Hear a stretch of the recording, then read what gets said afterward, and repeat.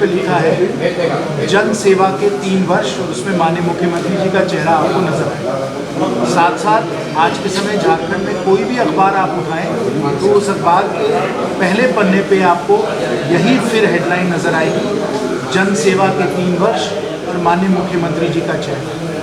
यानी हम लोगों के ही पैसे लेकर, जनता के पैसे लेकर माननीय मुख्यमंत्री जी ये प्रचार कर रहे हैं कि ये जन सेवा के 3 वर्ष हुए हैं। 3 वर्ष तो हो चुके हैं और इसलिए जनता हिसाब मांग रही है, और जिम्मेवार विपक्ष होने के नाते हम लोग भी हिसाब मांगते हैं। लेकिन जब हम हिसाब करते हैं तो हमें जनसेवा के 3 वर्ष नहीं नज़र आते। जनसेवा के 3 वर्ष हमें नहीं नज़र आते हैं, हमें सिर्फ लूट, झूठ और कूट के 3 वर्ष नज़र आते हैं। जन सेवा नहीं, लूटने के, झूठ बोलने के और कूटनीति के 3 वर्ष हमें नज़र आते हैं। ये लूट, झूठ और कूट की भी सरकार है। आज के समय जो लूट चल रहा है, इस राज्य में जो भ्रष्टाचार चल रहा है, वो चरम सीमा पार कर गया है। माननीय मुख्यमंत्री जी के खुद के स्टाफ, चाहे वो उनके निजी सचिव हों, चाहे वो उनके विधायक प्रतिनिधि हों, चाहे वो उनके मंत्री हों, उन सब पे छापा पड़ रहा है। उन सब के घर में बहुत करोड़ों कैश मिलता चला जाता है। उनके अधिकारियों को, जैसे पूजा सिंगल पे अगर छापा पड़ता है तो वहाँ 20 करोड़ कैश।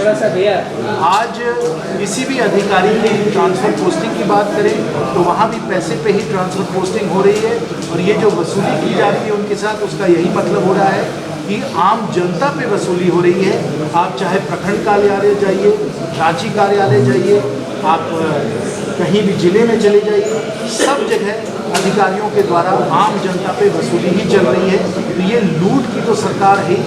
कोयले का लूट हो रहा है, बालू का लूट हो रहा है, गिट्टी का लूट हो रहा है। जहाँ भी आप जाइए, जिस प्रकार से लूट चल रहा है, इसका कोई हिसाब नहीं कर सकता है। जन सेवा तो छोड़िए, जनता का सिर्फ लूट चल रहा है। साथ साथ आपको मालूम है कि सरकार ने कई वादे किए और हर वादे पे ये सरकार ने झूठ बोला था, और जनता इस कारण अपने को बिल्कुल ठगा महसूस कर रही है। युवाओं को कहा गया कि हर वर्ष 5 लाख युवाओं को रोजगार मिलेगा, ये झूठ था। 5 लाख युवाओं को रोजगार नहीं मिला। किसानों को झूठ बोला गया, किसानों को कहा गया कि 2 लाख रुपए की ऋण की माफ़ी होगी, ये झूठ था, ये नहीं हो पाया। सबको बताया गया था कि बिजली के 100 आपको मुफ्त यूनिट मिलेंगे, ये भी झूठ था। किसी को 100 यूनिट मुफ्त नहीं मिले। बच्चों को बताया गया, छात्रों को बताया गया कि आप स्कूल में पढ़ते हैं तो आपको मुफ्त में साइकिल मिलेगी, ये भी झूठ था।